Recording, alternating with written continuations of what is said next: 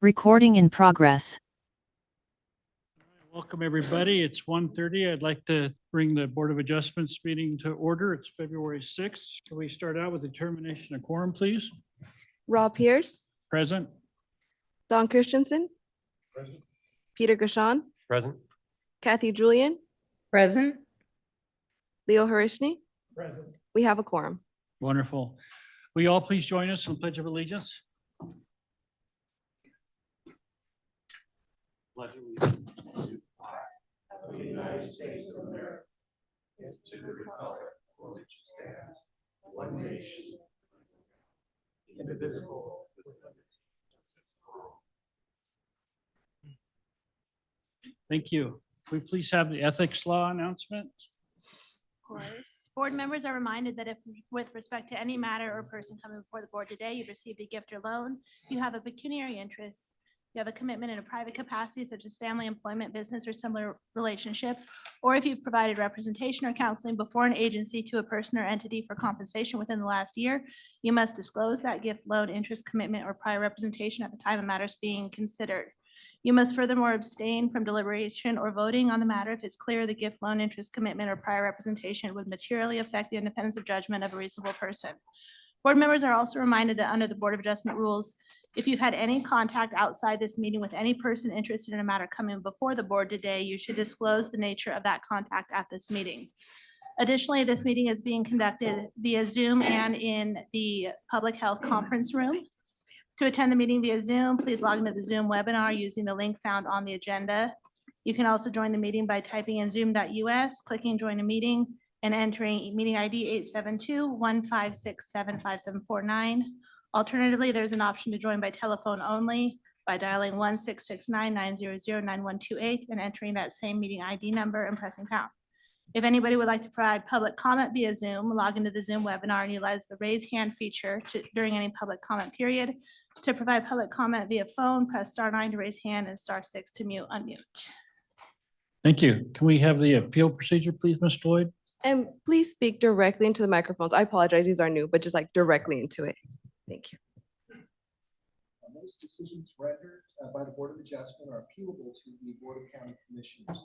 If you disagree with the decision of the Board of Adjustment and qualify as an aggrieved person or party, you may appeal in writing within 10 calendar days from the date of the decision being appealed is released in writing. Secretary of the Board of Adjustment and mailed to the original applicant in the proceeding being appealed in accordance with Washoe County Code. Please call the planning staff immediately at 328-3610 for information on the appeal procedure and the application fee. Thank you. Can we, I'd like to open up the floor to general public comment. If we have any general public comment, this would be the time. At this time, there is no general public comment in chambers, and on Zoom, there are no hands raised. Okay, we'll close public comment and bring it back to item number 6, approval of the February 6th, today's agenda. I do not have any changes. Can we get a motion to approve as written? Leo Harishni, for the record, I move to approve the minutes as printed. Kathy Julian, for the record, excuse me, there was one minor change to page 5 that I would recommend. This one is for the agenda. If I said minutes. Oh, I'm sorry. I apologize. That's okay. Peter Gashan, I'll second. Okay, we have a motion and a second. All those in favor say aye. Aye. Aye. Any opposed, say nay. Okay. Now we're moving on to 7, approval of the January 2nd draft minutes. I'm assuming everybody's read it, and I heard that there might be a minor change. If somebody has a change, please speak up. Yes, Kathy Julian, for the record, just a minor change on page 5, the third paragraph there. Can we clarify that it was member Gassan who said he noted he differed from the board because it was a little confusing. I thought at first it was staff Director Lloyd who had said that. All right. So that's a minor change, just to clarify that the he in that paragraph is member Gashan. Okay. Do we have any other changes? Okay. Can Can we get a motion to approve with that minor change? Peter Gishon, for the record, I'll move to approve the January 2nd, 2025 minutes with the changes noted by member Julian. This is Rob. I'll second it. All those in favor say aye. Aye. Aye. Any opposed? Okay, thank you. And moving on to the public hearing item part, this would be 8A, amendment to conditions case number WAC 24-0012 for Summit Christian Church for WSUP 22-0028. Mr. Lloyd, could you please announce that?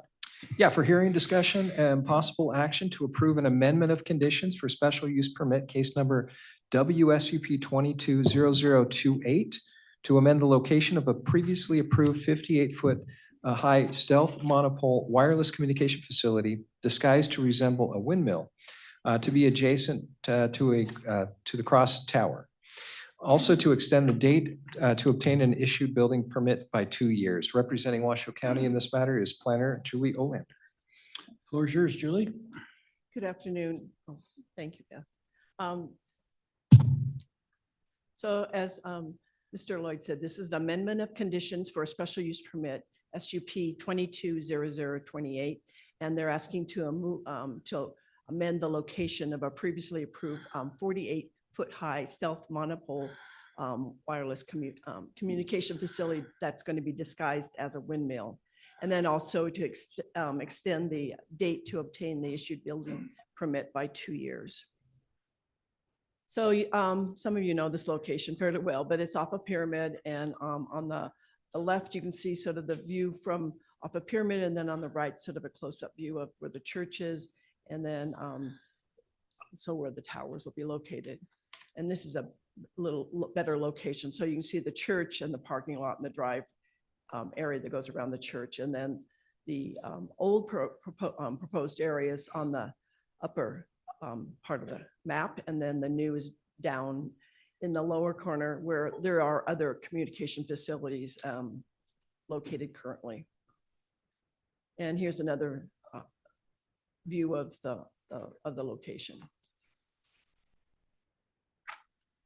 Here's a picture of the windmill, what it's going to look like. And then they provided these photometrics that show the without and then with. So on the top, you have just the existing site without the windmill, and then the lower one you have showing what the windmill will look like. And then this one's a little harder to see because it's sort of far away, but it's again another view of showing with and without. So the Board of Adjustment, this board, approved this special use permit on July 6th of 2023. As I said, it's for a 58-foot high tower. The proposal also included a waiver of landscaping requirements and parking and paved parking requirements. The application is now requesting this change because they found out through the Truckee Meadows Fire Protection District that they would have to pave the road to that tower, to that windmill tower.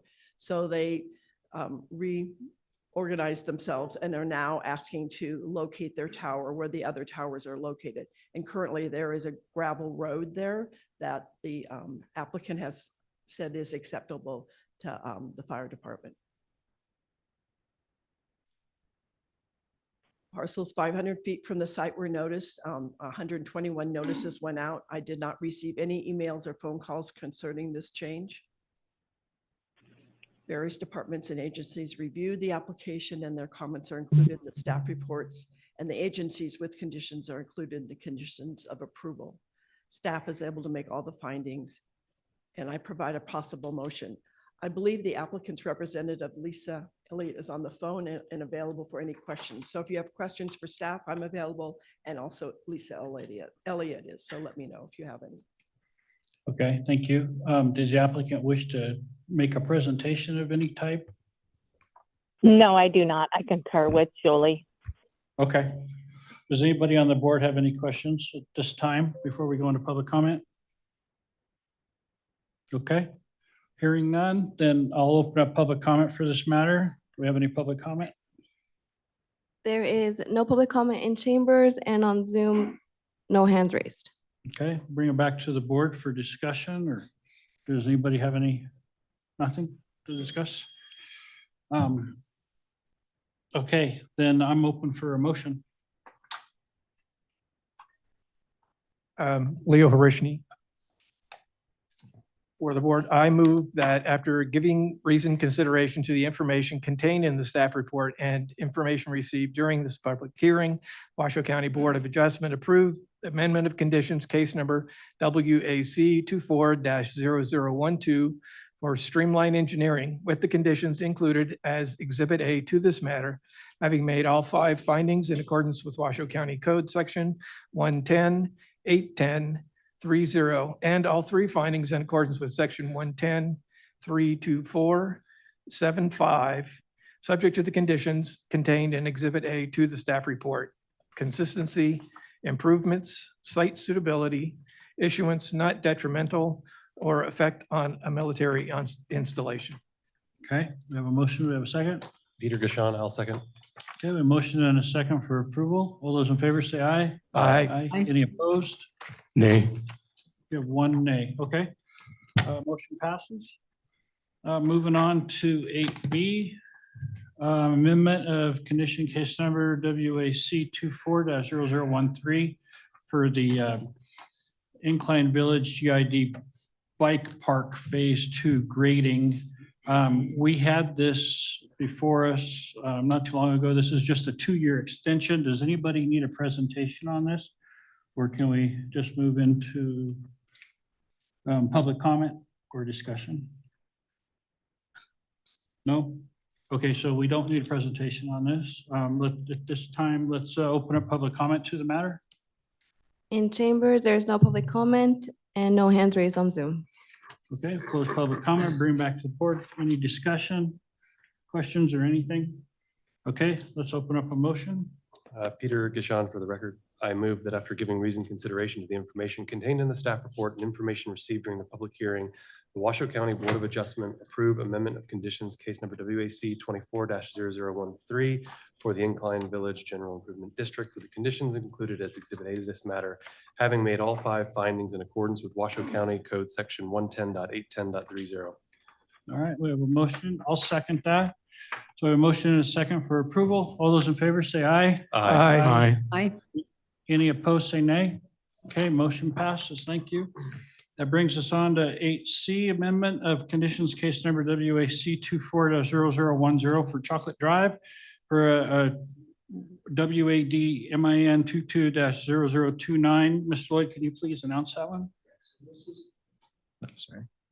This is the first of 2 items specific to the Chocolate Drive development.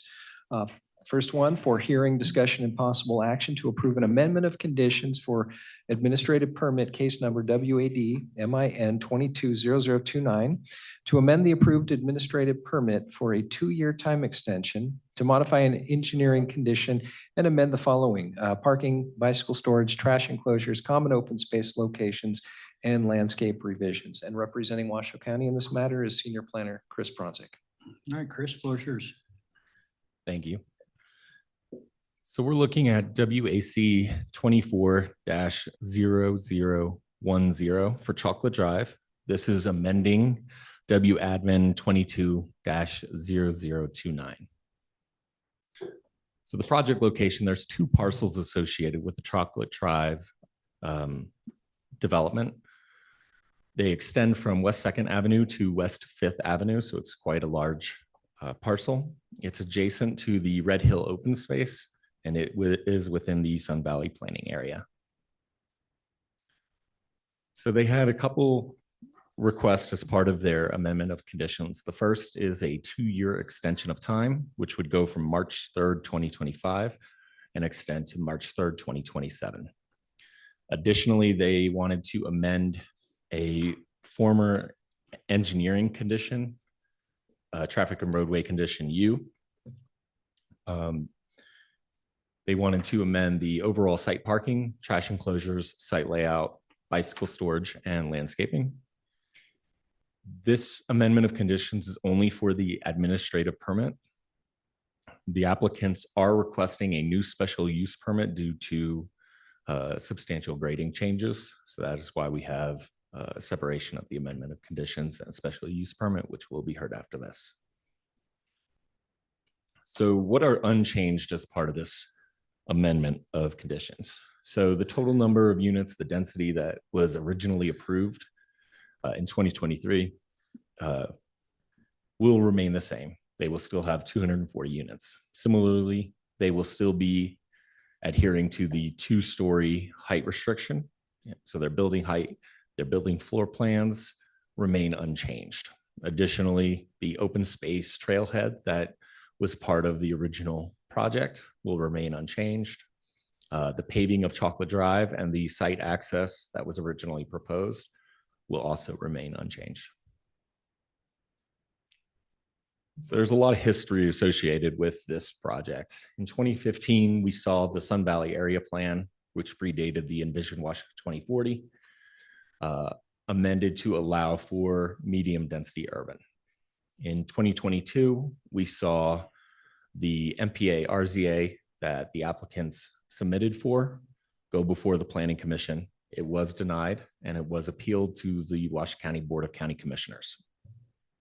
It was approved by the Washoe County Board of County Commissioners and then proceeded to get approved by Regional Planning Commission as well as the Regional Governing Board. After that, we saw the original submittal of the administrative permit for the use type, as well as the special use permit, which was associated with grading. So the first thing that they are proposing to amend is the parking. So earlier in 2024, staff updated various elements of the Washoe County Development Code related to housing. One of those was changes to parking standards associated with various residential uses. So under the current code, there's only 288 parking spaces that are required. They're still coming in over that and proposing 360 total parking spaces, with 122 of those being covered parking spaces or in garages. Previously, they had 240 covered parking spaces and 470 total parking spaces. Again, with the change to the development code earlier in 2024, there were bike infrastructure requirements that were added to the Washoe County Development Code specifically for long-term storage as well as short-term storage. And what we envisioned with that long-term storage is for multifamily use types and various residential use types to have accommodations for bikes. And so with this amendment of conditions, the applicants are meeting that requirement that was implemented, and they are going to have long-term bike storage for each unit, as well as 105 short-term bike storage options, which will be in the form of bike racks outside of each unit building and the clubhouse. So the common open space, they are revising certain elements of it. The square footage is being reduced just a bit. The current requirement is 200 square feet of common open space per unit. With 240 units, that's 48,000 square feet. Based off of the disturbance of the updated grading, there's less common open space that would be required. Similarly, with landscaping, one of the big changes was reducing turf requirements and having additional landscaping in the form of trees and shrubs. So again, with the reduction in disturbance, their amount of landscaping that they're providing is equal to code, 20% of the disturbed area. And so due to the revision, they need to update this. So this is a layout comparison of the previous application as well as the current amendment of conditions. On the bottom is the 2023 application that the Board of Adjustment originally heard and reviewed. The top is their current proposal and amendment as part of this amendment of conditions.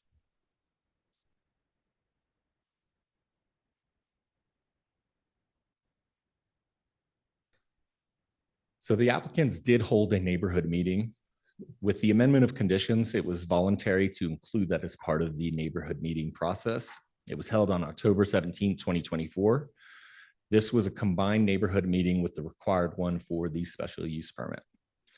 There were 23 members of the public who attended, and the public did have concerns related to flooding, Gebford and 4th Street not being paved, and maintenance responsibilities of the detention facilities. Staff is recommending approval with conditions, and I have a possible motion for you. I'm available for any questions you may have. Does the applicant have a presentation they wish to They do. make?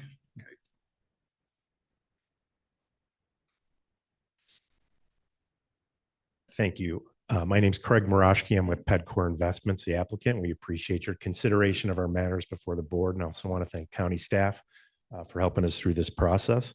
And at this point, I would like to introduce Chris Weichter from Kimley Horn, our consultant on this project, to give a more detailed presentation of our request. Thank you. Good afternoon. Chris Wechter for the record with Kimley Horn, and I'll be presenting on Chocolate Drive.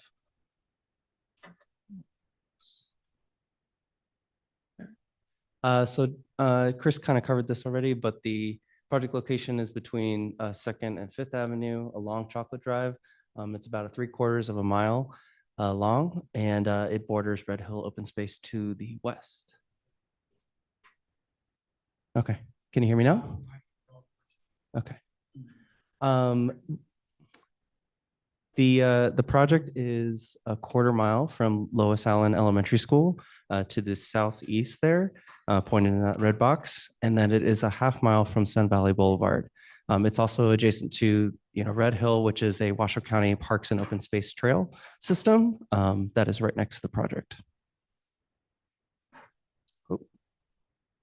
Some history, which Chris did a good job covering, is that this was approved for a master plan and regulatory zone amendment in 2022. It is zoned medium density urban today and allows for multifamily. It was also approved by the Truckee Meadows Regional Planning Commission, and it maintained all the goals of the master plan. And then we've also shown in our report that it meets all the goals of the current 2040 master plan as well. These are some pictures of the existing conditions on the site. As you can see, the road is in a bit in rough shape as it currently exists. It certainly is difficult for utility companies and other services to get out here during winter or wet conditions. And some of this project will help alleviate that. So the project request is to amend the current administrative permit,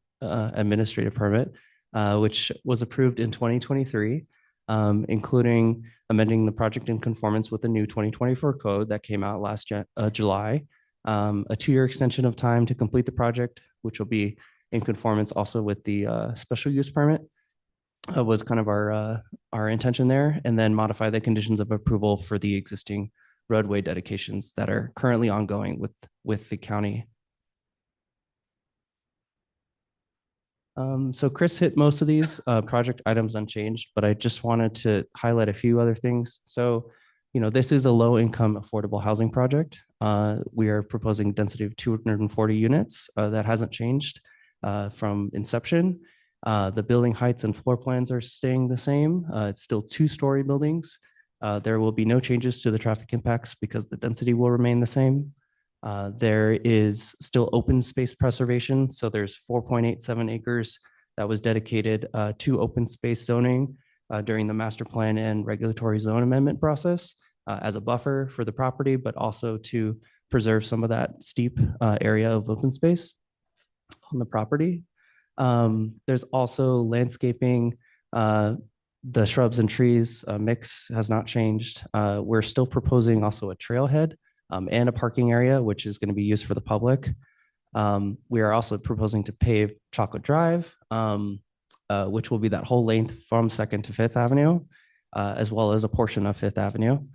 And then there will be a safe pedestrian route to school, a sidewalk on the west side of Chocolate Drive, which will take kids all the way to that Allen Elementary School.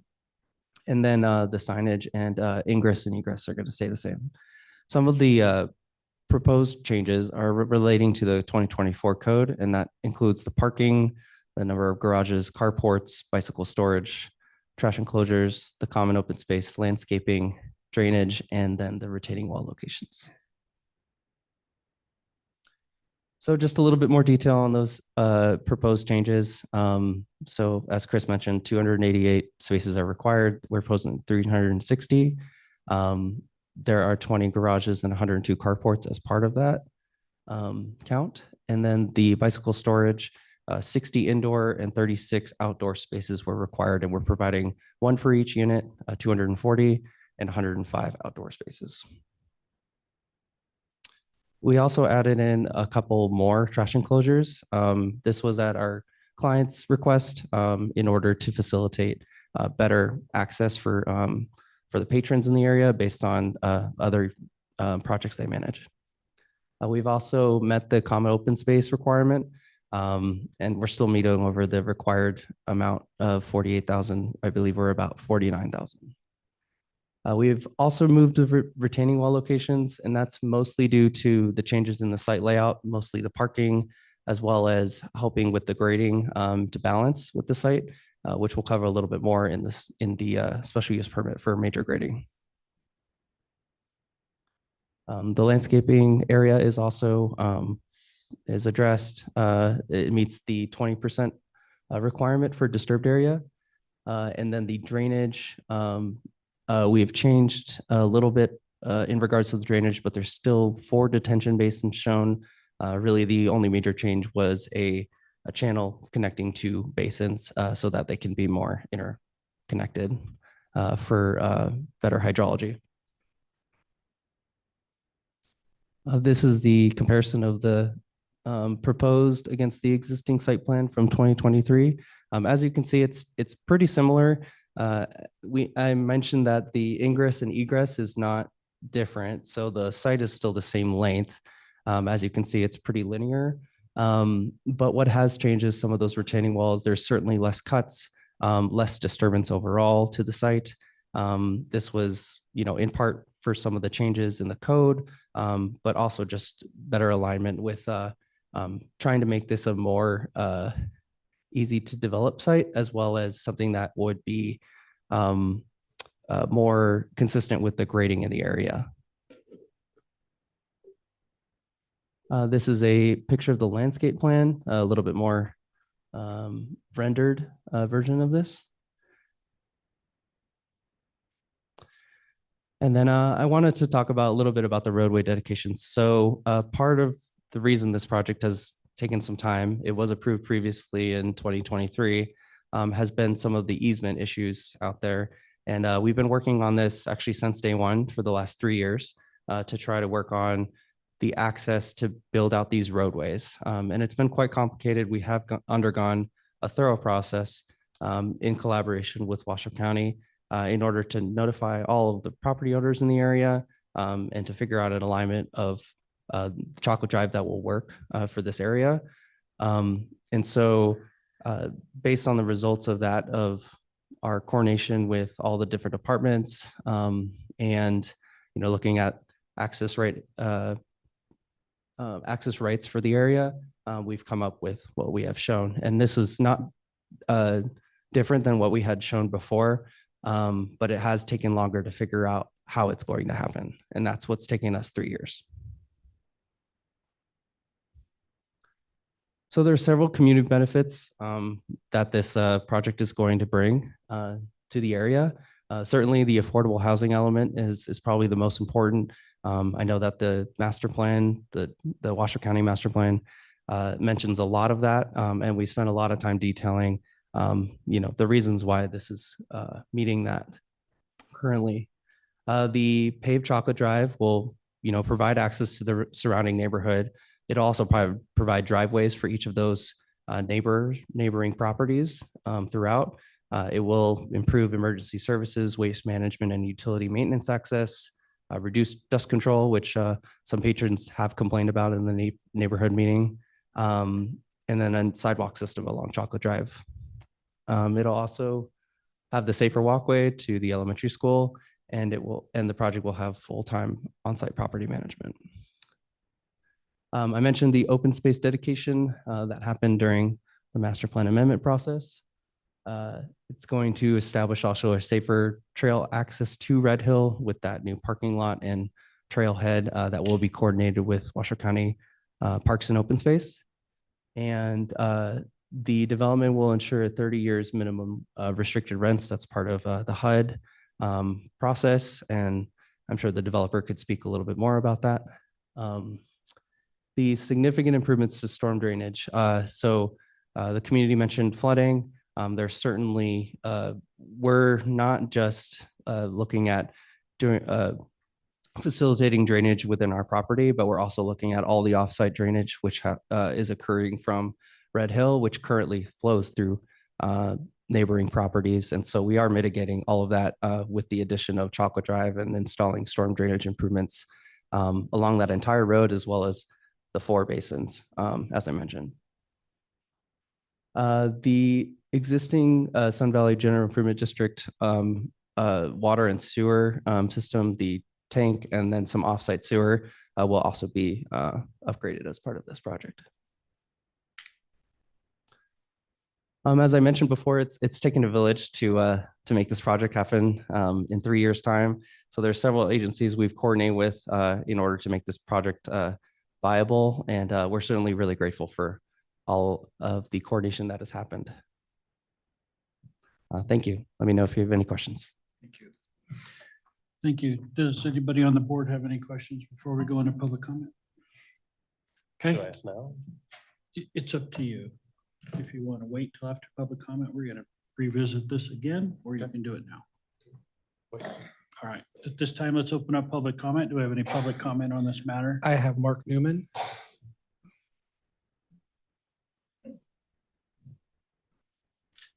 Good afternoon, everybody. Hope you're all having a good afternoon. I spent all morning in the chambers going over the fire department stuff. There's a number of different problems I have with this. If any one of you tried building something and lasted 2 or 3 years and then come in and say, oh, we're going to make a bunch of changes, we want you to extend it, none of you would get that benefit. You would all have to pay for a new thing and go through all new engineering process. That's number one. They talk about the sidewalks to Lois Allen and safe conditions for the pedestrians. They are not paving Gifford or 4th Street. They're leaving that open. There's big work right now going through NDOT and RTC on redoing all of Sun Valley Drive with underground drainage so that to help prevent flooding. They don't want to do anything to help Sun Valley improve the flooding. They're going to put a thing in and say, oh, downstream's their problem. They talk about low income apartments. They're not low income. They're publicly assisted rentals. So if you rented it, it would cost you $2,500 a month. He didn't qualify for it. So the taxpayers pay the other $1,000 and he pays $1,500 a month. They still get their $2,500 a month. No matter what happens, they still get their full rent. It's just publicly assisted through HUD and other properties. You're still paying rent depending on your income. If you make too much money, you're still paying full rent on that house. So they're off on that one. 240 units. Only a part of them are going to be covered. So what are they going to do? Charge the people who want covered parking extra when originally had 240 covered parking spaces. So every apartment complex had at least one covered parking spot for their car. They want to reduce that. They're talking about these retaining walls. We just recently went through a big problem with retaining walls down in South Meadows area where the retaining walls were put on public property, on Washoe County property. The developer did that and they fell down. The taxpayers had to replace that because and then turn the land over to the homeowner. So if it happened again, the homeowner would have to pay for the repair of the fence. So you guys should, I would say this should all go again. And I would vote no on this thing and have it go through all new process. They keep changing and changing and changing to where the people don't even know what's going on anymore. Thank you very much for your time. Thank you. Thank you. Is there no one else in chambers? Okay, if you'll please come to the podium, state your first and last name, and then see us after. Hi, I didn't fill out a form, but I do have a question.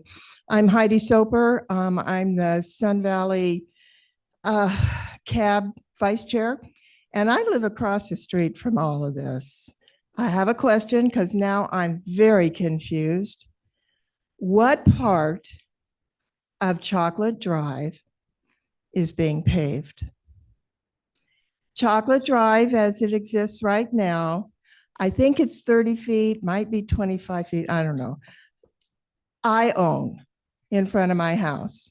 The other side of the street, Washoe County owns. But when I spoke with Chris, they're not paving that. They're going above the existing Chocolate Drive and paving that and leaving the existing parking Chocolate Drive alone. So I don't know if I misunderstood Chris or what, but I would like to know what is being paved on Chocolate Drive. Thank you. Thank you. Ma'am, you have to come over here and fill out a piece of paper. Thank you. Is there anyone else in chambers who would like to make public comment? Okay. And on Zoom, I do have someone by the letter M. If you could please state your first and last name for the record. Pardon me. Am I unmuted? Yep, You're we can unmuted. hear Please you. state your first Hi, last name. I am Marco Giordano. I'm a resident of Chocolate Drive, literally right across from the proposed development. I believe there are two things that were agended right now, so I'll speak, I believe, on one. The first item that we're discussing for clarification, I think Chris said, this is just on the 2-year extension for this item. Next item on the agenda is some other changes. I would say I would recommend to this commission, I appreciate your time and your great effort, but I would recommend not to give them a 2-year extension. That would be my point. The reasons for that, some of which were mentioned by Mr. Newman, and my reasoning representing myself and other residents on this end of Chocolate is it's quite possible that this extension is really to do nothing. If you look at the plan changes, many of these changes are basically insubstantial. And since they're not performing the work, they're just showing the change to be approved in this time frame.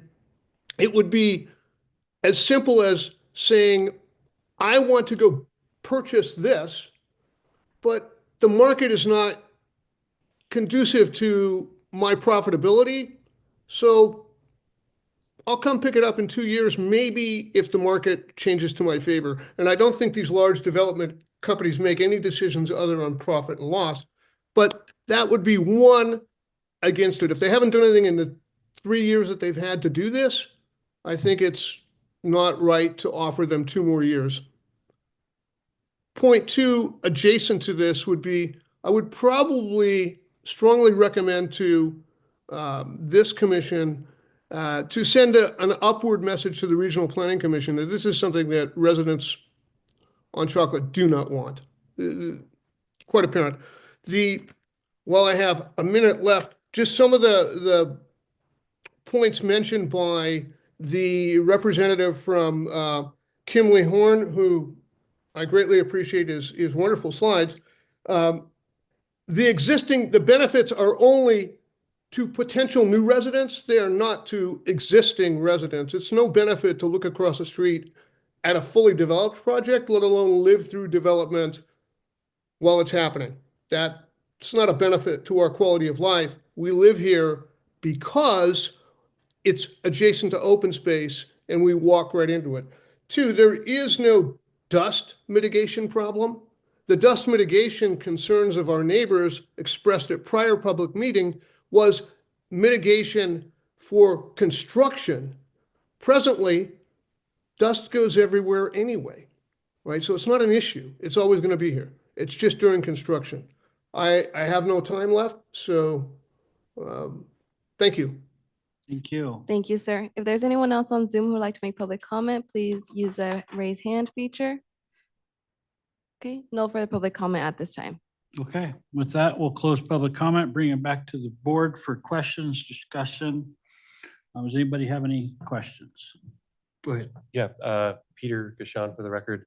I thought your engineer was gonna get there, but I'm missing like the punchline. Similar to the public commenter, what is the alignment of Chocolate Drive? What is the status of easement and right-of-way acquisition? Can you fill us in? So Chris Bronzik, Washoe County Planning. I'm going to actually let either our engineering representative or the applicant's representative respond to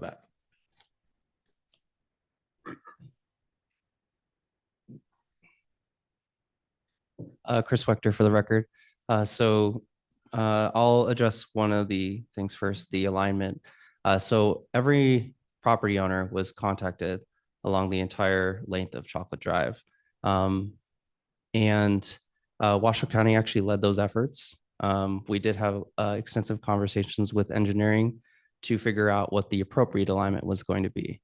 For clarity, half of the road is owned by several property owners in the front, and the other half is not owned by Washoe County. It's owned by the developer, which is also a private parcel. It's the long skinny one that is the -10 parcel next to the larger one.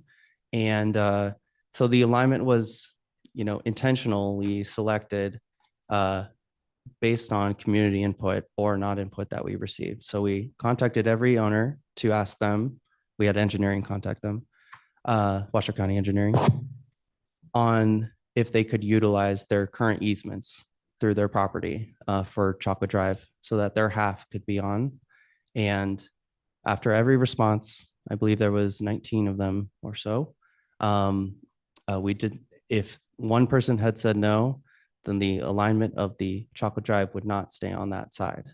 And so when responses were received, it was understood that that road would have to move to the other 30 feet. Now, it is on that 30 feet still, the other half, and a driveway would still have to be provided for each resident on that half to each parcel. And that was directed by Washoe County Engineering. And so we will be providing that. And then the other half, if you will, for Chocolate Drive will be on the larger parcel into the property. But it will still be a public road and it will be dedicated, it's planned to be dedicated for all the residents in the area. And so we still need some sort of easement or right-of-way acquisition from, what is it, Jersey Family Trust and one more, Gepford? Yep, that's What's correct. the status there? Yeah, so the current status is the Board of County Commissioners had approved a quiet title action to be able to utilize those easements for roadway purposes. It is understood that residents currently travel along those roads to utilize them to go to their homes. There are certainly many users of Chocolate Drive, both north and south. And so in order to build out Fifth Avenue and build that pavement, there was coordination with Washoe County as well as us to figure out how those easements rights would be able to be utilized to build a public roadway there. And it is quite messy. So there is a quiet title action underway right now? I can't speak to whether it's been filed, but yes, there is a plan in place and has been approved to file the quiet title action. And that would be to get an easement or to get fee simple ownership of that real estate? To confirm there's language that the property at issue was dedicated to the county many years ago. It was never accepted by the county. And so it was that second half of the process that was missed, which is why the quiet title action is necessary to confirm that the county has the right to allow these roads to be paved. But yes, that action is either filed or going to be filed. Janelle Thomas, senior civil engineer or licensed engineer for the record.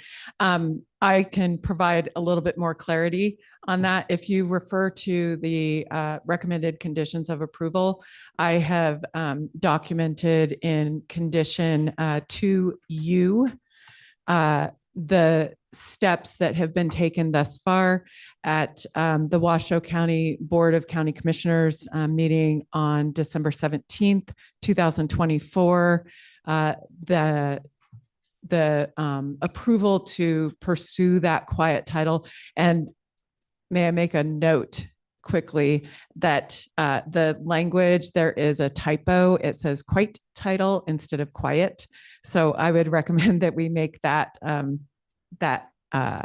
correction on that approved if the board chooses to approve this, that we make that correction.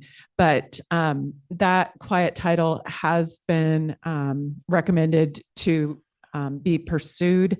I have more recent information as of this morning that that action is being pursued currently.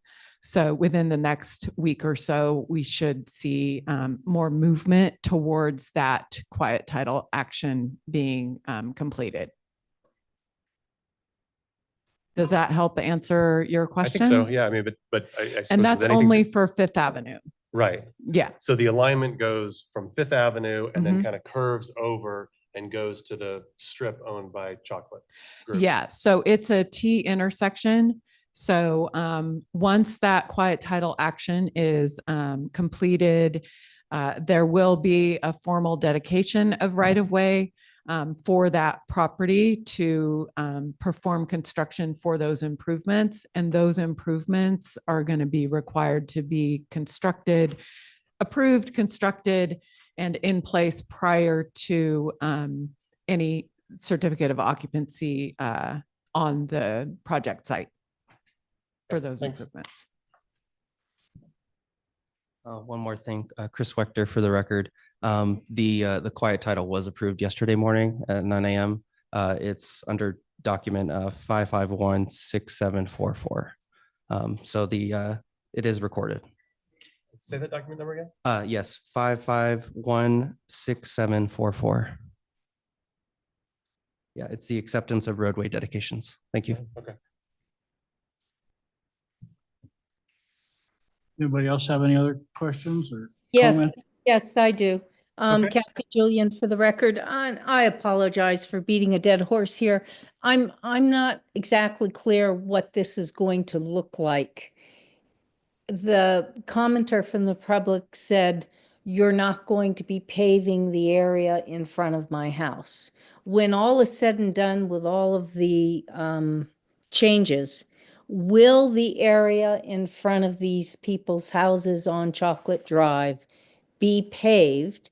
And if not, what will it look like that there will be a driveway from, presumably from the paved part of Chocolate Drive to their residences? How is that going to look?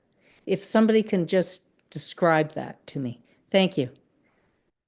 Janelle Thomas for the record again. So that roadway will be solely on the private developer's property, but there is a requirement to provide those connections to those existing homes. Now, that doesn't mean that the roadway is going to extend into those properties. It will be solely on the private developer's property that they will dedicate as a public roadway. But the pavement will extend into each home to provide for driveway connection to Chocolate Drive once it is constructed. That's the anticipated result. Does that make sense? Yeah, that makes sense. So there will be little spurs reaching out from the paved. Correct. Okay, and won't that require some sort of approval from the residences? Or will this Yes. on it? And so those who want to have it can have it, and those who don't want to have it won't need to have it. Correct? Yeah, they will need to obtain the, right of entry in order to perform those improvements from those individual property owners. But the anticipated intent is that connection to the public roadway will be required for this development.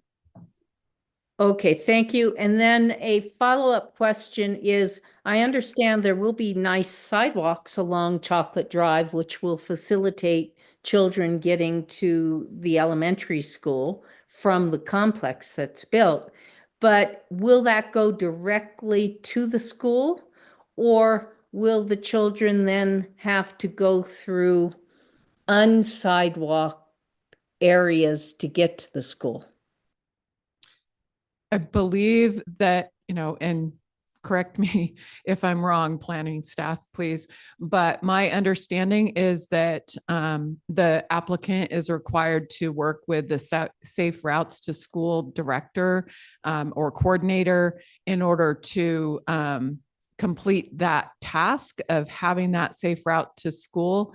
But the improvements that are required as a condition for this particular application would only be including those improvements along Chocolate Drive.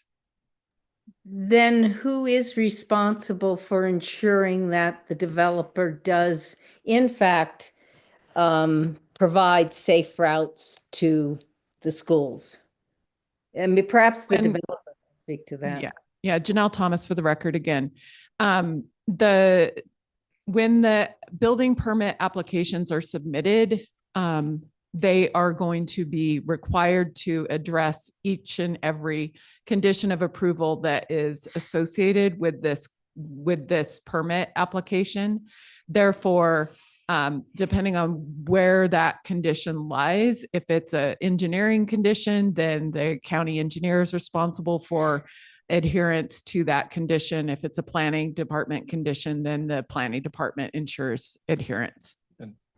Yeah, there is a condition 2R, Board Member Julian, requiring a safe walkway route, including all required crossings that shall be provided for all school-age pedestrians. Yes, it's the county engineer that will be responsible for compliance of this condition. Great, thank you very much. Okay, do we have any other questions? Leo Harishny, I have a question for either the engineer or Janelle. This is new to me, this idea that the existing road or pathway of Chocolate is now not necessarily going to be on Chocolate, but in fact on the parcel that the developer owns. So how far out of line with the existing path of travel that is known as Chocolate Drive? How far? Because I'm sorry, I know I've been doing this for several months, but looking at these line drawings doesn't help me visualize what those differences are. Janelle Thomas again for the record. Yes, this area is unique in the fact that some of the property lines are further forward or further west than others. There are specific easements in place that are on private property. The original intent when this project was originally presented, the intent was to try to collaborate with the neighborhood to construct those improvements within that easement that are on those properties that front this project site. At this point, those efforts were unsuccessful. Therefore, they do have to construct within their legal bounds. So the easement is generally about 30 feet in width. And so, there may be some extended driveways that we're looking at in the future. All right. Leo Harishny again for the record, and I'm sorry to ask such a basic question, but the 30-foot section, is that basically one lane of a 2-lane road width? That would just be the extension of the driveway width. 30 feet is approximately, half, are you trying to visualize what 30 feet looks like? Right. Okay, so a typical lane of travel way is approximately 12 feet in width. And so you're looking at, 2.5 lanes. Thank you. You're welcome. Any more questions, comments? Okay, then we'll make it a discussion item. I think this is, to me, it appears like a pretty good project. They're asking for a 2-year extension on something, and they had to go in and make some adjustments because of the affordable home package that got approved. So personally, they're in my opinion, they're going above and beyond in terms of paving Chocolate Drive, going from one end to the other. Half of it's on the property that they're going to deed to Washoe County, and then the other half is on the road that's already called Chocolate Drive. So to me, this is a good project, and I'm in full support of it. And I'll open up the floor to a motion if somebody wants to make it.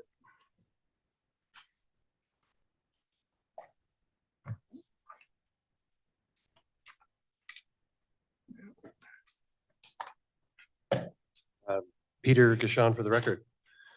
I move that after giving reasoned consideration to the information contained in the staff report and information received during the public hearing, the Washoe County Board of Adjustment approve amendment of conditions case number WAC 24-0010 for Pedcore Investments with the conditions included as Exhibit A to this matter, fixing the typo from engineering's conditions, having made all 5 findings in accordance with Washoe County Code Section 110.808.25. This is Rob. I'll second it. So we have a motion and a second. All those in favor say aye. Aye. Any opposed? Okay, motion passes. Thank you. That brings us on to 8D, which is the special use permit case number WSUP 24-0019 for Chocolate Drive major grading. This time, Mr. Lloyd, could you please announce that? Yes, for hearing, discussion, and possible action to approve a special use permit for major grading associated with the construction of a multifamily development. The total grading proposed is 98,389 cubic yards of cut and 96,701 cubic yards of fill, with a net remainder of 1,638 cubic yards, which will be balanced on site. The total area of disturbance is 23.87 acres. Once again, representing Washoe County is Senior Planner Chris Bronzik. All right, Chris, floor is yours. So we're looking at WSGP 24-0019. This is Chocolate Drive major grading.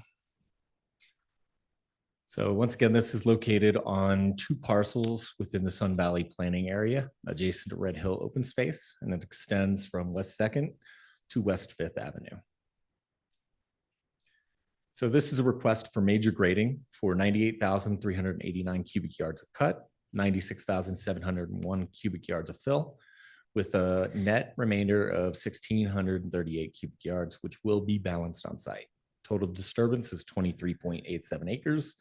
Additionally, one of the triggers for major grading that they're triggering is cuts greater than 20 feet and fills greater than 10. So there's a previous special use permit that the Board of Adjustment heard and approved. It's WSUP 23-0001. This SUP is set to expire March 3rd, 2025. The applicants are aware of that. This special use permit will effectively take its place due to the updated nature of the grading. But to talk a little bit about what has changed in comparison to the previous special use permit. Previous special use permit had a larger disturbance area of 25.13 acres. Less cut, but significantly more fill and significantly more export. The fill previously was 123,000, and the previous export would have been around 32,000 cubic yards. So with the main change that's happening, we're seeing a major reduction as well as balancing on site. So once again, this is the currently proposed site plan.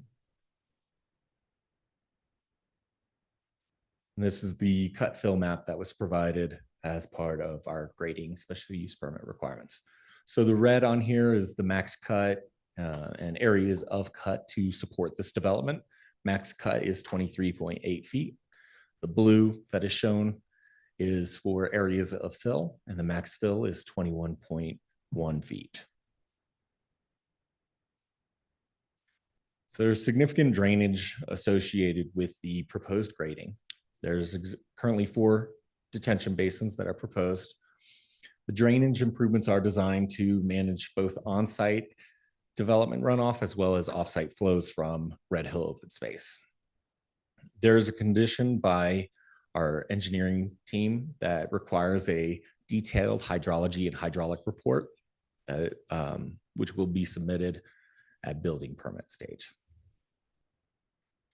There are retaining walls as part of this proposed project. Previously, there were retaining walls associated with the previous special use permit. The incorporation of these retaining walls is intended to reduce scarring of the hills, reduce cuts, and reduce overall disturbance. They are proposing tiered retaining walls that will be separated by 10-foot benches. Those retaining wall benches are required to be landscaped. The maximum height of the retaining walls is 10 feet. They did hold a required neighborhood meeting for this major grading special use permit. Once again, there were 23 members who did attend, and those concerns were flooding, paving of Getford and 4th Street, and maintenance responsibilities. So there are required findings: consistency with the master plan, improvements, site suitability, issuance not detrimental, and effect on military installation.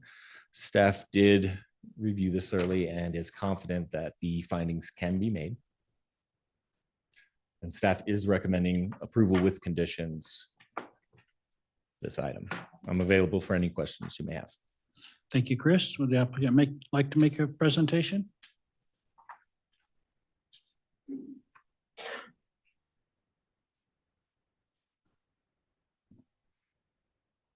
Chris Wechter, for the record, representing the applicant. I'm with Kinley Horn, and I'm a civil engineer.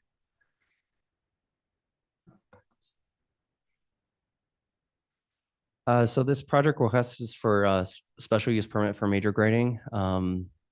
As was mentioned, it's due to the grading on slopes less than and greater than 15%. The earthwork volumes, grading a disturbance area of 23.87 acres, and cuts greater than 20 feet and fills greater than 10.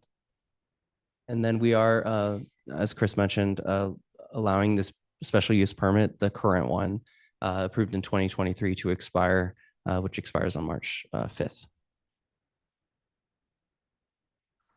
Some of the differences here in what was changed versus unchanged. Some of the cuts and fills for the majority of the area have been unchanged, but there have been some areas. Actually, that's incorrect. Sorry, I should have. That should have been on the other side. The cuts and fills was a change. The detention basins, however, have not changed. The slopes as well, the approved, slopes before in their angle, 2-to-1 and 3-to-1 are the same as shown before. The retaining walls, the height remains the same.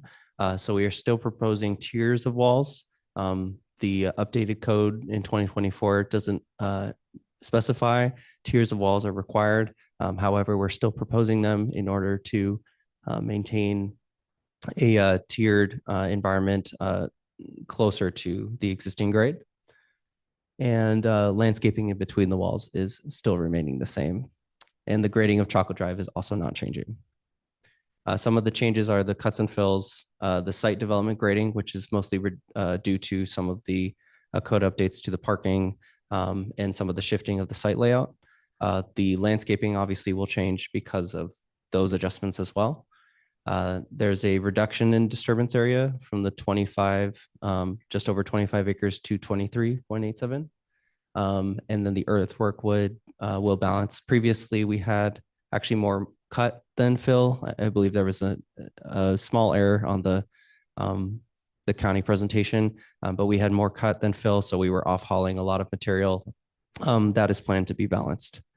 And then the drainage, some of the channels and storm infrastructure has been updated and analyzed in order to facilitate better drainage for the area. This is the existing versus proposed plan again. So kind of directing your attention to sort of the north and south, I should say plan north and south areas. You can see there previously on the bottom, there was more retaining walls, which are a bit hard to see. They're the long black lines in the back of the site. In the backside on the western side of the property, and now it is more equal to either side. There's still tiers of walls. So as I mentioned before, each one is 10 feet in height max. Some are shorter, and that facilitated less walls overall. The proposed grading as shown, as I had mentioned, Chocolate Drive grading is the same as what was proposed in the previous 2023 special use permit. The detention basins are also the same, but some of the site layout changes, some of the building shifting, the retaining walls, and then some of the common open space has shifted around, which has allowed the site to become more condensed. And so less retaining walls in those areas. The proposed earthwork is also, less intense due to the disturbance area near the clubhouse, which is sort of near where that 23.78 max cut is, was actually much further west into the hillside. I believe we had cuts of about 27 or 28 feet, and so that's been reduced by quite a bit. However, the front side is a bit more elevated. So it's a bit more equal distribution. As you can see, the max cut is about 23.78 feet and the max fill is about 21. So we're trying to equally distribute our impact in the area by balancing that earthwork. The landscaping also has been updated, as mentioned, and the drainage channel between the two detention basins was also added as part of this plan. A little bit more dissection of the drainage. So while a hydrology report isn't required at this stage, we did look significantly into the hydrology to make sure that this would be feasible.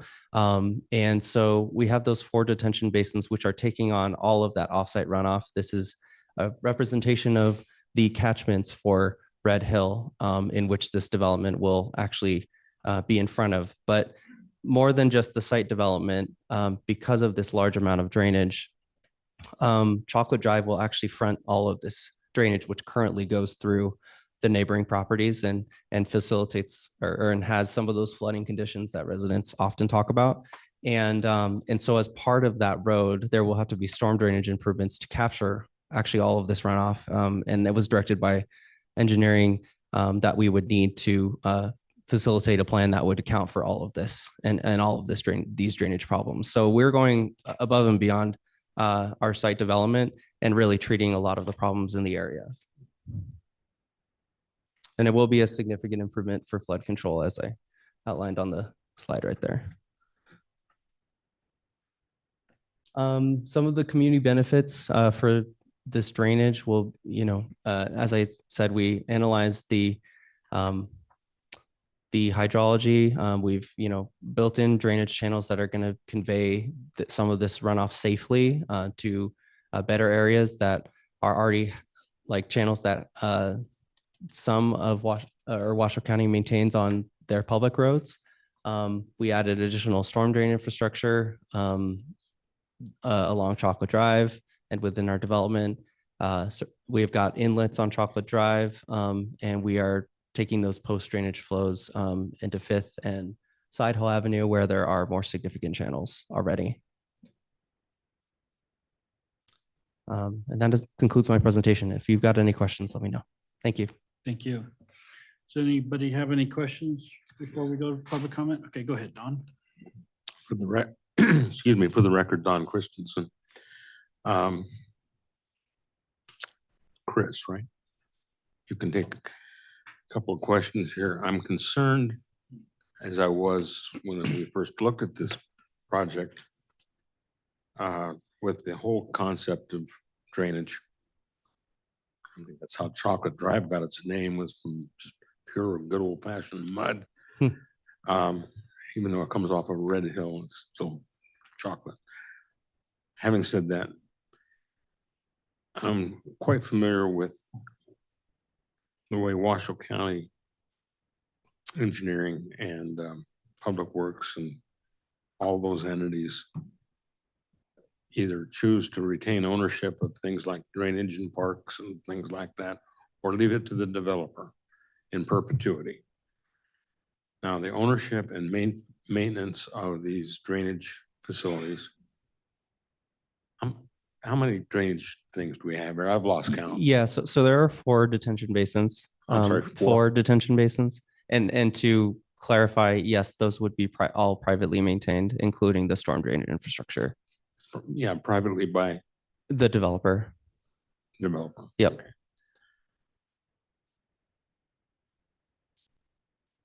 I can't say that I approve of that sort of thing, but I've been in Washoe County for over 40 years and I'm kind of used to it. It's not the way we did it elsewhere. I live right behind a drainage basin. And for 12 years, I've never had a nickel's worth of trouble. I hope that this is properly engineered, and I will lend my approval to this project as presented, only with the comment is I would hope that the county might step up someday to ownership of these kind of projects, these improvements, if you will.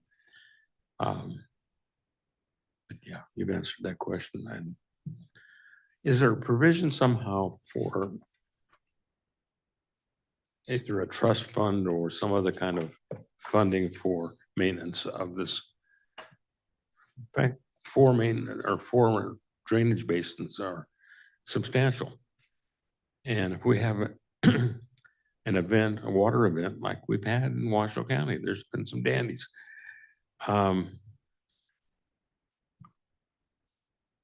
Is the developer and subsequent owners of the project, are these sufficiently funded to accomplish that kind of maintenance? Is there some kind of something in place that can assure the rest of us in the county that this will be properly funded?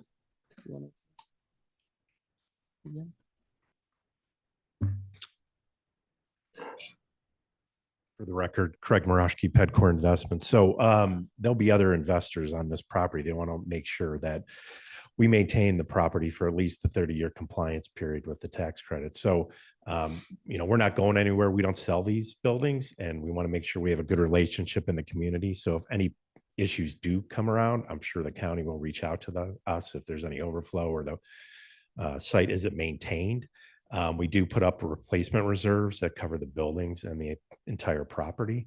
So as we go through and get the financing together, we're happy to provide that to the county as appropriate. So, right now I don't have a number for you, but that's something we can certainly incorporate when we come in for building permit. If that would be helpful. Okay, thank you very much. Thank you. I have nothing further. Okay, wonderful. Well, at this time, let's open up public I comment. do, I'm sorry, Kathy Jillian for the record. Can I just follow up on those queries raised?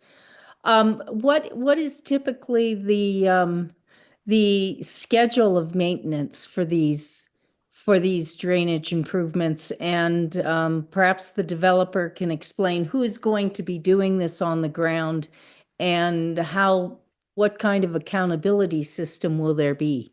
And if there is a problem, what can residents who live across or even who live in the facility, what can they do?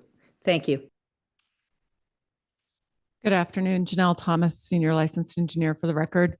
I will say that I would like to bring to your attention recommended condition 2C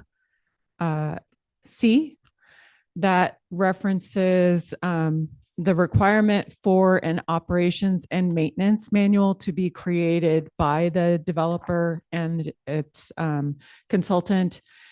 This is something that I have utilized in the past in order to achieve success with long-term operations and maintenance of privately owned and maintained infrastructure, specifically to those drainage components that are often, a part of the development that's being proposed. So the requirements that engineering has placed on this for your consideration include that operations and maintenance manual, which sets forth the frequency at which it's anticipated that those infrastructure components are required to be maintained, the type of equipment that is anticipated to be used to perform that maintenance. And then that document, once it's all put in place and provided with acceptance by engineering, that document is provided to for the HOA, the Landscape Maintenance Association, or sub-association as is appropriate for the development. That gives them the tools that they need in order to contract that work to be done. Obviously, we aren't anticipating that the private residences are going to be performing this work. It is going to be the property management that is going to be performing this work. So it's really important to the engineering department to understand that those privately owned and maintained aspects of the development, which includes landscaping, storm drainage management, sidewalks, things like that. That's all encompassed in that O&M manual that is a requirement for them to obtain acceptance. And does that help to yeah, answer that helps. those questions? That helps a lot. Thank you. And is that manual a public document that the people who live across the street will have access to? No, not necessarily. We don't require it to be a recorded document. We anticipate that this document would be utilized, like I said before, by the homeowners association or sub-association, the Landscape Maintenance Association.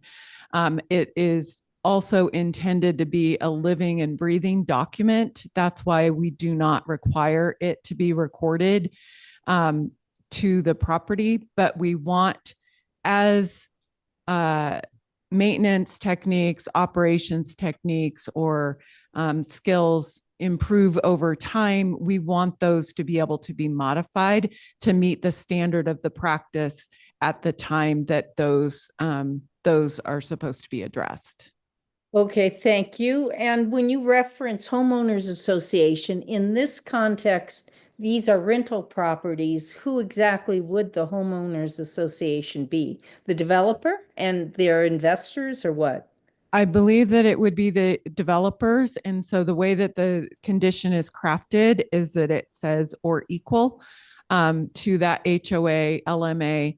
But I would defer to the developer himself to answer that particular question.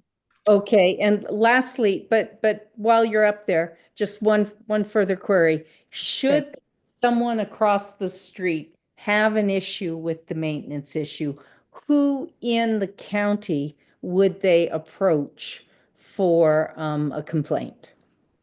They would approach the property manager and the HOA of the development itself, because they are going to be the responsible party for operations and maintenance of those privately owned and maintained components. And if they got no response from the property developer, then who would they go to? they would most likely go to a code enforcement action in which, if they're not properly maintaining their infrastructure that is a part of their development, we could, demand that be taken place. And that would be a code enforcement office within the county. I believe so. And Trevor is kind of giving me the side eye, so I'm going to let him answer Thank you. more I'd fully. appreciate an answer, not only for me, but to the public who is sitting in on this meeting so that they know if there is a problem, where should they go? Thank you. Yeah, it's a little bit of a tricky question. It's not a typical code enforcement matter. However, if there are clear violations of any conditions, then certainly it would be a code enforcement issue. And we would seek voluntary compliance of all of those conditions. Yeah, if there are components which impact public infrastructure, which Chocolate Drive is anticipated to be a public roadway, then absolutely contact the county and let them know that there are some, discrepancies in management of stormwater or so on and so forth. Thank you. If the developer would like to address something here, I'd appreciate it.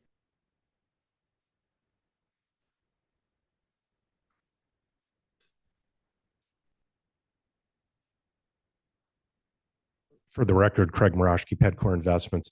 As I said, we are going to own this for at least 30 years. We're not going anywhere. And we want to be a good neighbor, having changing historical runoff or causing flooding conditions in the neighborhood is that we would never want to do that. If that condition would exist, we would obviously make it right. So we're very concerned, or we appreciate all the concerns regarding stormwater flow into the site and then off the site. So as I said, we can provide information when we get closer to the building permit on a schedule as far as replacement reserves and that O&M manual.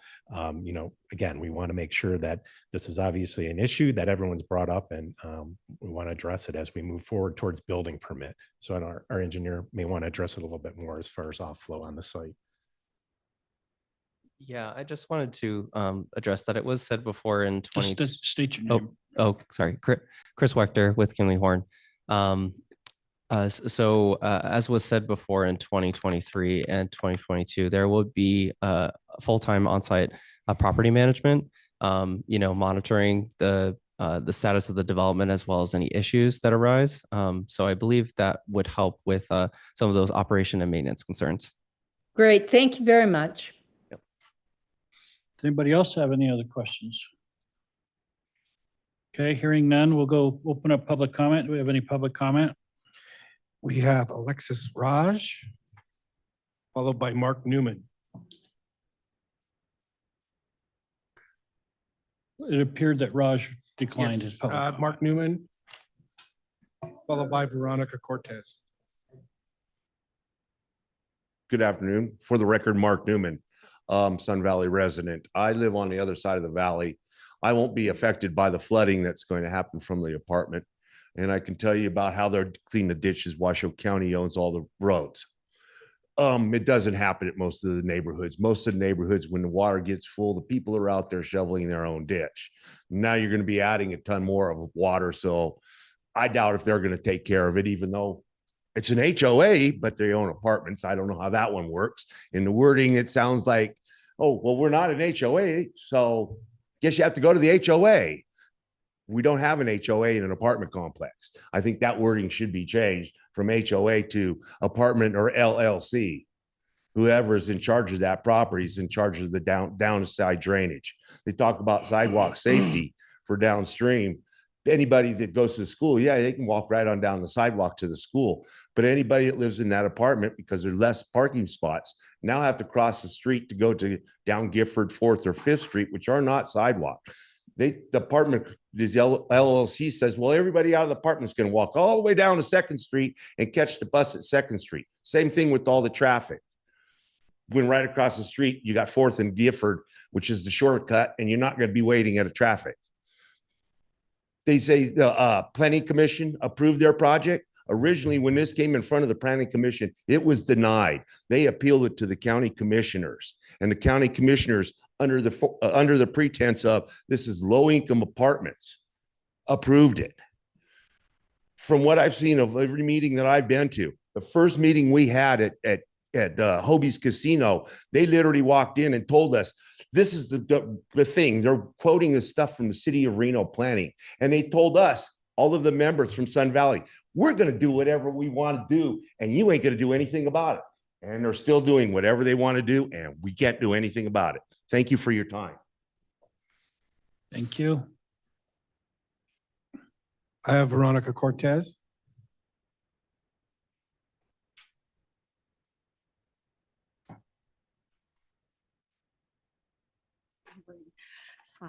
Hi, Veronica Cortez, new cab member out in Sun Valley, District 5. Can you please speak into the microphone? Oh, sorry. Thank you. You can pull it Let down. me bring it down then. There All you right. Hi, Veronica Cortez, District 5, Citizens Advisory Board. I'm new to all this, so I came into this, so I don't like or hate anybody. But what I'm hearing is we're not ready for this project. We're not saying yes or no. We're just saying we're not ready. And that's because we have a lot of other projects going on in regards to culverts and ditches and water. I was born in St. Mary's, went to Virginia Palmer, Billinghurst, Reed. So I'm third generation Sun Valley. We had an acre off of Leon. Now we own about 50 acres. And we're actually where Chocolate dead ends. We're the 7 acres between Mineral and 7th Street. So I ride my horses up and down there all the time. So we're talking about my horseback riding property, besides the fact that I've looked over this property since 1996, because my trailer sits about 300 feet above everybody else on a hill. And I've seen many people come in and try to change the grading and stuff, but I've learned that there's like faults and stuff underneath. So it's great that they want to put all this stuff, but it will move. And I know people who have been out here for a couple generations, they'll see that. So I don't want to be negative, Nancy. We're not saying no. We're saying we got to get through all these other projects that are going to filter the water out before we add more water on. Super muddy. I've been out there on my horses on my quads and stuff. So I think we just need a little bit more infrastructure in order to support projects like this, and maybe in the future, or maybe have a little more understanding from the builders coming in.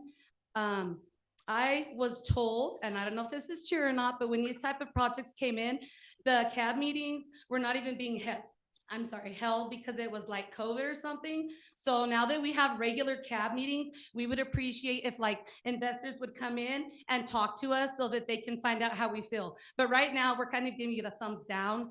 Not forever. We just need to take care of some other stuff first. Our citizens, you know, like this project. I mean, traffic is crazy. I had to quit my 12-year job at Veterans so I could work out in the valley. I opened up the Buy Right Pizza. I got a mobile notary job. I opened up a nonprofit. We're showing our animals. I provide community service for the courts and stuff. So I'm trying to get as much as we can to Sun Valley, but this right now is not helpful. So anything that we can get from above us to take care of our citizens in our area before we let new people come into our area and do all these big projects, that's just why I'm here. So I don't know, like I said, a lot of legal stuff. I graduated from Reed, class of 96. So I just have what everybody else has told me and what I hear. So thank you for your time. Veronica Cortez, District 5 CAB. Thank you. Thank you. If there's no one else wishing to make public comment in chambers, then I do have one hand raised on Zoom. Again, letter M. Please unmute and say your first and last name for the record. Yes, Marco Giordano, and I would put my camera on, but why would I make people suffer with that? It's not a comment. This is sort of a question. If I understand Chris Wickle's diagram, and he may be able to explain this, so this is sort of a question about the direction of the drainage. If I understood what he was saying, the 4 basins probably percolate some into the lower ground, but then drainage flows north toward 5th, and then from 5th, it potentially ties in to the culverts that are on the north and south side of 5th. Is that my understanding is correct? It's not a comment. I'm asking a question to our civil engineer or. We're not allowed to answer your questions, sir. I'm sorry. I am. pardon me, unfamiliar with this process. No, that was what I wanted to be clarified. That a question I would pose that would be, somebody could answer is, I believe that this is very similar to Board Member Julian's question is, if the drainage system and the basins are completely on private property,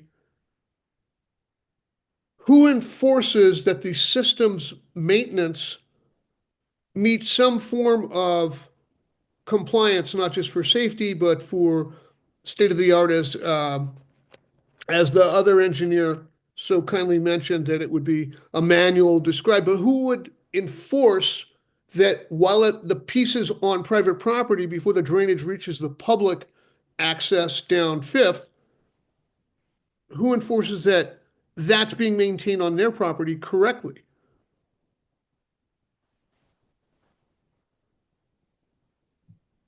Does that conclude your public comment, sir?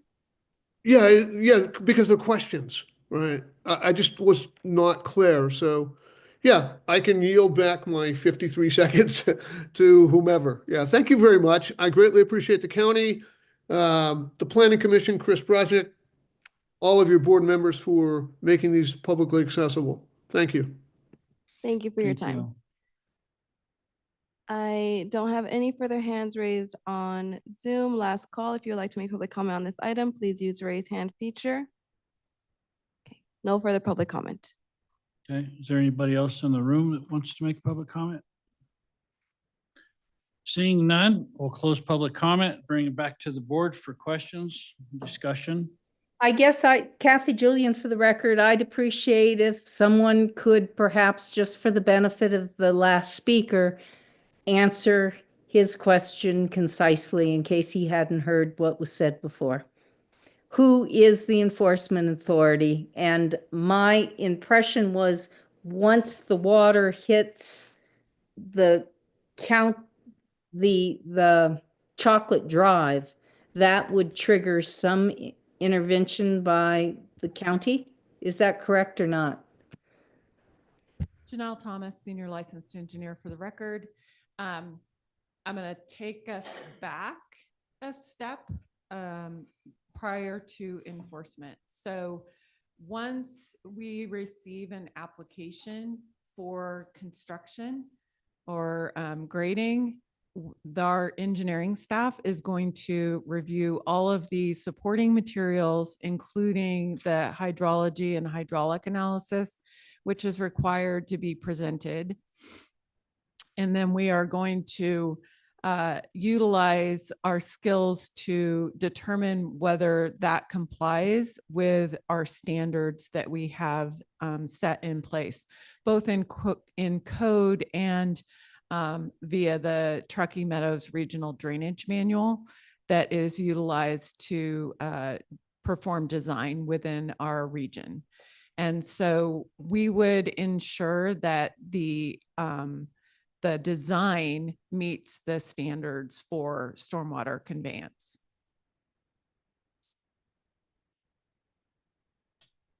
Right. And then following construction, that would be, inspected during the construction process to ensure that it was constructed in accordance with the approved civil improvement plans.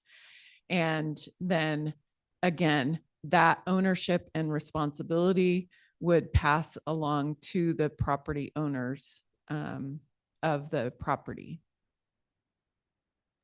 Right. And again, the speaker asked, as it depends on maintenance too. The speaker asked, if it's not maintained properly, then who is responsible? And my understanding from what was said earlier was that Chocolate Drive was in the Washoe County, correct? Correct. And so at that juncture, if it's affecting Chocolate Drive, then there would be some element of the county that would be a recipient of a complaint. Is that correct? Correct. So what the anticipated design is to review the plans in accordance with the Truckee Meadows Regional Design Manual, which requires detention of any increased runoff from the site that is generated from the site, and that any water conveyance downstream is not allowed to exceed those peak flows that currently exist on the site prior to development. So those detention basins are utilized to properly convey the existing stormwater through their site into the existing downstream conveyance infrastructure. So if the public roadway becomes inundated in a manner which was not designed, we would most likely approach the developer to ensure that they were properly maintaining their infrastructure that was to convey that stormwater. Did that make sense? That makes sense. I suppose, to continue beating this dead horse, but it would be on a voluntary basis that they would comply? Well, they are the owner and long-term maintenance provider for those infrastructure items that were conveyed as private infrastructure. Okay. Thank you very much. Hey, Janelle, this is Rob. I got a question. Just for a point of clarification, anything outside of their project area in terms of ditches and drainage, wouldn't that be handled by the road department? That is correct. Yeah. Yeah. So if there's an issue. But if they're out- negatively impacting us, we are going to approach Correct, them. Yes, correct. But if for there's any, corrective measures. yeah, if there's anything in front of somebody's house or something like that, where they're having a problem with the drainage, then the roads department is who there should be getting a hold of, and based upon my understanding. Correct. Okay. So, and in your personal opinion, you're being an engineer, I'm assuming that you have looked at all their drainage ponds and collection sites and everything. And The application thus far is very preliminary in Right. nature, as is anticipated with this type of application. That's why the recommended conditions of approval require that higher level and more detailed look at the drainage components of the project as proposed. Wonderful. Yeah. And then based upon my personal experience, when a project of this size comes before Washoe County, they do their due diligence to make sure that it's safe for all the residents going around. And for the applicant, that they've done their due diligence also. Right. So I Yeah, trust the Washoe County. preliminary analysis that's been, shared with engineering staff thus far does show that this is a feasible project. Right. Okay. Leo Horatiany for the record. I have I think Janelle, you can answer this question. I have an interesting question. So if this road is going from Second Avenue to Fifth Avenue, Mhm. but no further, A, and B, from Fifth Avenue and Chocolate, where this road is, into, I guess, probably Fourth Street, so that whole block there will not be paved yet? No, they will have to also provide those intersection improvements with the intersecting roadways So they to will- Chocolate Drive. So they will have to pave from, if I'm visualizing it, from Fourth Avenue to Fifth. Chocolate Drive will be constructed from Second Avenue to Fifth Avenue. Correct. Fifth Avenue will be constructed from the intersection of Chocolate Drive to the unpaved or to the paved portion Okay. of existing Fifth Avenue. All right. And then those intersecting right. streets, so what, Gepford and Fourth Avenues, they would be tied in to Chocolate Drive. All right, they will be taking care of that too. Then Correct. what? Those who- intersections, yes. Good. Then what about the end of Fifth and Gepford?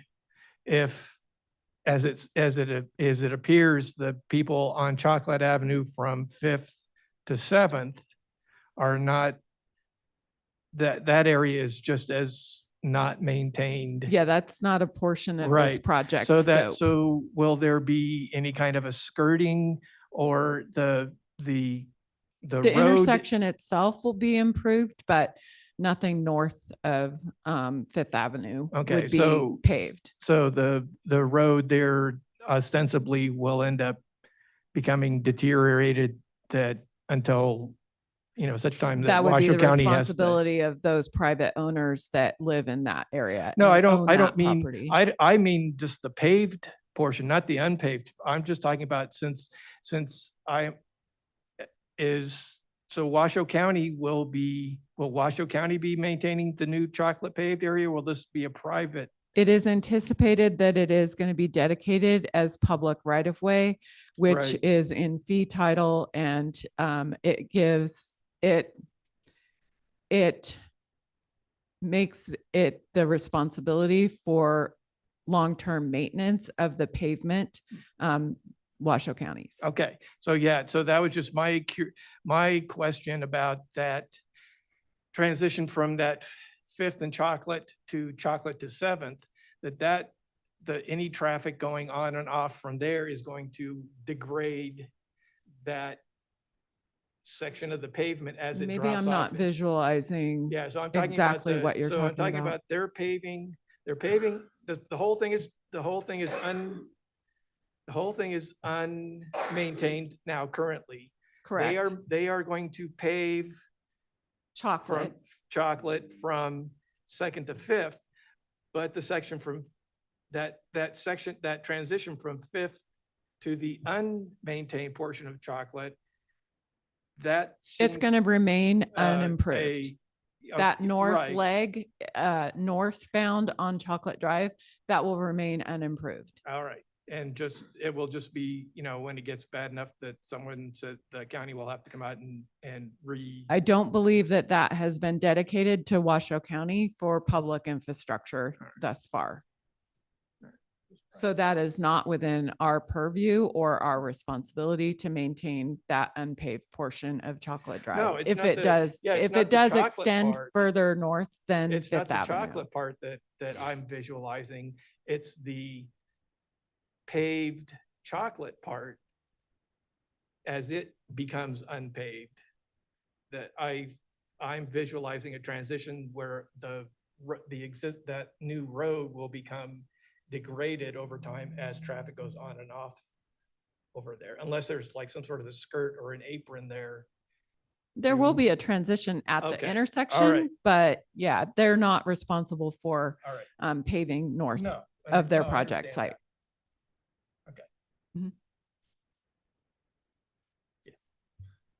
I'm just Chris Bronzik, Washoe County Planning, just to add a little bit of a clarification. So with the paved Chocolate Drive, Gepford will tie into it, but Gepford will not be paved. Is that part of that? Gepford's private. Oh, interesting. Yeah. All right. All right. We have any other questions, comments?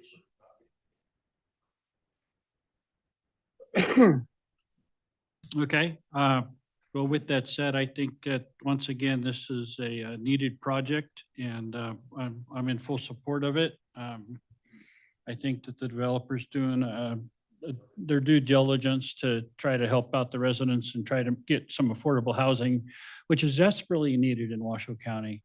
I'd like to see this get done as soon as possible personally. I can't speak for the county, but personally. So with that said, I will open up the floor for a motion.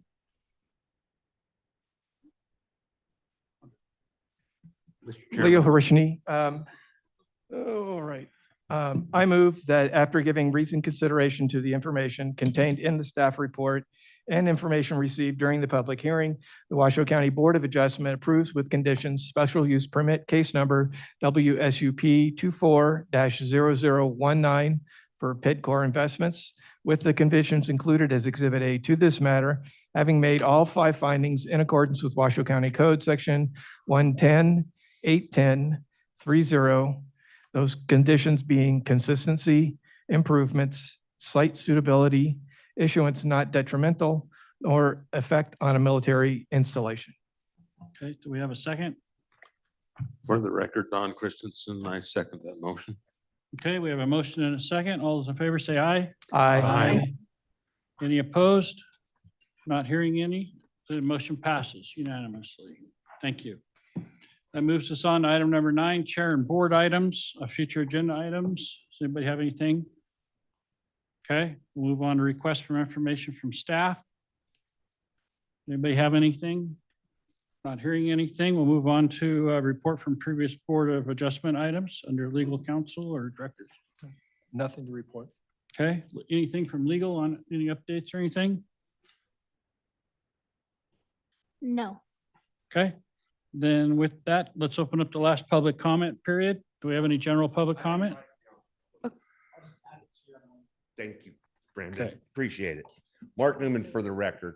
As you just heard from Chris, that 4th Street and Gifford is not going to get a section of it paved. Where their exit of their apartment complex comes out is at Gifford Way. And there's going to be sidewalk to the school and down 2nd Street, which should be about a mile walk.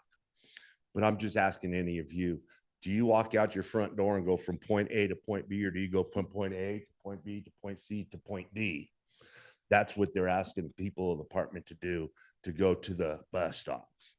And now that they're not going to do anything with paving sidewalk on 5th, Gifford, or 4th Street, and they're widely and heavily used streets now by these apartment complexes to add a lot more traffic on them. And when somebody gets hit and killed, and then it's going to be on you guys because you didn't want to do anything. Thank you. Do we have any other public comment?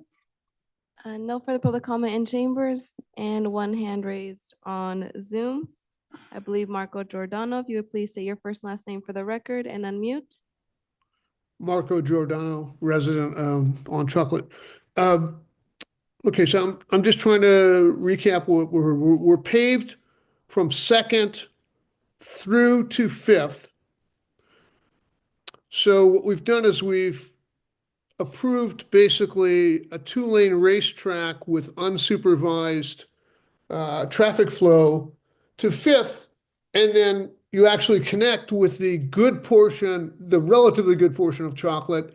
It's unimproved, but all the way to 7th. So we're effectively creating a bypass for the lights on Sun Valley Boulevard for people who at least 500 cars a day from this 470 proposed parking spaces going back and forth on this, plus all of those who would like to avoid the lights on Sun Valley Boulevard and go directly to 7th Avenue, pretty much unimpeded. I don't think that's really in the benefit of any residents, either from the new proposed development or the existing residents on Chocolate. I don't see that as a benefit. And that's my comment on that.